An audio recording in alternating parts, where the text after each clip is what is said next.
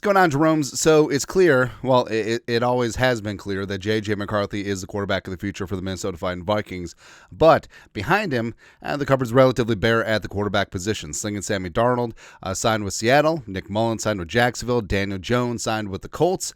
And what the question now is, what's going to happen at backup quarterback? Now, Brett Rippin-Ass is in the mix as well. And it's certainly possible that the coaching staff, whether it's Kevin O'Connell, Wes Phillips, as well as Josh McCown, they got faith in Brett Rippin. Because remember, they brought on Rippin basically replacing Jaron Hall at 53-man cuts last year. Spent the year in the facility, in that quarterback room. High praise, talks about his high football IQ, probably a future coach down the line as well. So he certainly could be an option. But the Vikings should look elsewhere as well. Also, potentially adding a quarterback in the draft. Would not be mad at that at all, but want to look at some of the backup quarterback options. But first, so requirements. Good in the quarterback room. It's going to be a given. Mentor for JJ McCarthy. Now, it doesn't have to be, the Josh McCown, Sam Darnold, Jets relationship. It doesn't have to be that, but just someone who's not going to actively impede McCarthy and knowing his role that he is quarterback too, and he's there to serve as a substitute, get paid $5-6 million bucks, and basically just sort of stay out of the way, but add good input when needed. Plus, knocking down all the wood.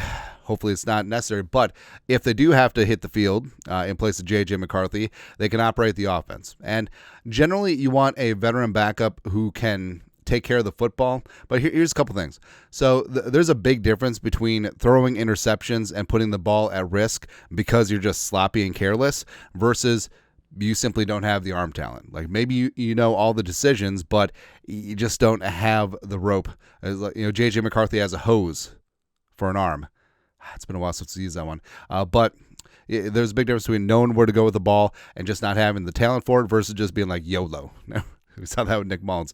So basically you want a veteran quarterback 2. Quarterback 3, you want a developmental guy, like someone who does have some big-time upside. And frankly, if a guy like Anthony Richardson came available, Kevin Conley obviously loves that. Or your rookie quarterback TBD could fill that role as well. So here's a couple options. So Brett Rippin is certainly an in-house option. And would it shock me if the Vikings decide that he's going to be the backup quarterback going forward and then they draft or a UDFA a quarterback? Not necessarily, but I think the Vikings could and should look at some other options too. Now, notably, the only one on this list outside of Jaron Hall, who's on Seattle right now, we'll talk about that, who would not count against comp picks will be Gardner Minshew. Although some of these salaries are relatively low, so it may not count against them in the grand scheme of things, but it's something that the Vikings front office is very cognizant of. But Mac Jones, former first-round pick, Roll Tide, starter for the Patriots, also started the game against the Vikings for the Jaguars. Actually played some decent ball. He's only 26. Projected average via Spot Rec is $5.4 million. And as a guy who's started some games, played some high-level college ball, certainly could be an option. He can distribute the football. I would worry about his attitude. I mean, it's pretty clear that Mac Jones is a little bit fiery on the sidelines as well as on the field. Don't want to say dirty, but don't want not want to say dirty. You know what I mean? Yeah. Gardner Minshew. So Minshew is a guy that is accurate.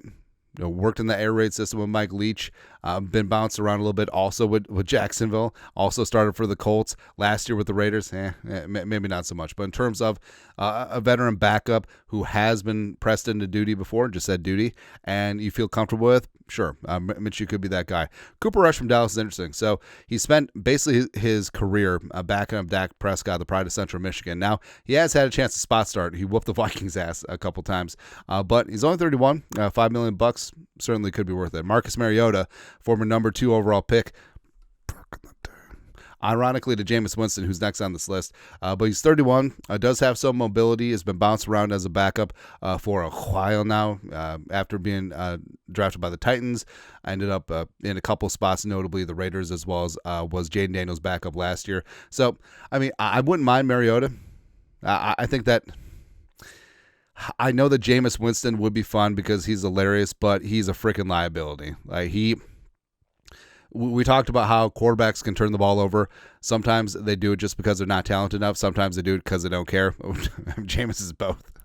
It's certainly possible. But I don't if poop hit the fan and Jameis had to start extended time, I wouldn't trust it. No, and again, what Kevin O'Connell stresses over and over and over again, don't turn the ball over and throw accurately over the middle. That's what he needs. I don't know if Jameis can do that. No pants for Trey Lance, pride of Marshall, Minnesota. Now, Lance, I would only want as a QB3. Like if you brought in Trey Lance in conjunction with a veteran quarterback, or if you feel happy with Brett Rippon, fine. But Lance is still young. He's only 24, the pride of Marshall, Minnesota, NDSU. Basically only had a year and a game of starting experience at NDSU. And number 3 overall pick, the 49ers trade up heaven and earth to go get him. But their ass is covered, and Trey Lance isn't talked about as one of the biggest draft busts in history because of Brock Purdy. That's about it. But Lance obviously has the physical tools, but he just needs coaching. He needs reps. Is Kevin O'Connell be like, for my next trick, here we go. So Jaron Hall, the Mormon missile, spent a couple seasons with the Vikings. Now, they went a different direction. They went with Brett Rippon over Jaron Hall. He signed with the Seattle practice squad, eventually got called up to the active rooster. But you could probably get him as Mike McDonald and the Seahawks are basically gutting everything, but you don't have a ton of draft picks. Would it get done for like a 5th for a 6th round draft pick swap and Jaron Hall? Like turn one of the Vikings 5ths into a 6th? Certainly possible. Heineke. So I like Heineke a lot, man. So he's fiery, he's feisty, he gets after things. He can be a little bit careless with the football, but in terms of like heart and hustle and overachieving, like he is that. And had a cup of coffee with the Vikings. Well, not even a cup of coffee. A couple seasons with the Vikings early on. Eventually lost the backup quarterback job in 2017 to Case Keenum, which and the rest is history. They went to Washington, started some games, and then went to backup in Atlanta, and then he went to the Chargers last year. Harbaugh, football guy, good times. Speaking of Keenum, so Case Keenum, he's 37, right? And Keenum's been a career backup.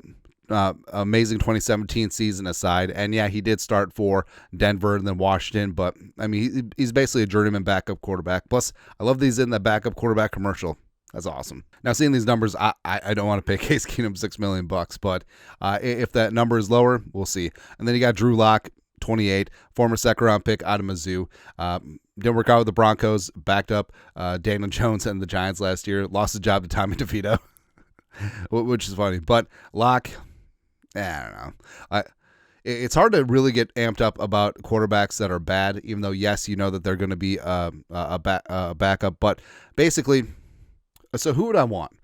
I mean, I guess I would go with Brett Rippon. But you already got Brett Rippon in the fold. Like, could you go Brett Rippon and Gardner Minshew, Brett Rippon, Mariota, Brett Rippon, Cooper Rush? Sure. I think that's perfectly fine. I know that Nick Mullins isn't your prototypical backup quarterback, but I think the Vikings would greatly benefit from having that prototypical backup quarterback. The veteran knows his role, helps out JJ, perfectly happy, just hammering a couple $1 million checks, just stand on the sideline with a clipboard, and then just go from there. So I think that they'll work something out, and JJ McCarthy will have a solid veteran backup quarterback, and then maybe a developmental quarterback 3, which certainly would be a ton of fun. But your thoughts are thoughts. Vikings backup quarterback options for 2025. Let us know. Comment section. You guys are the best. You know what to do. Skull production value.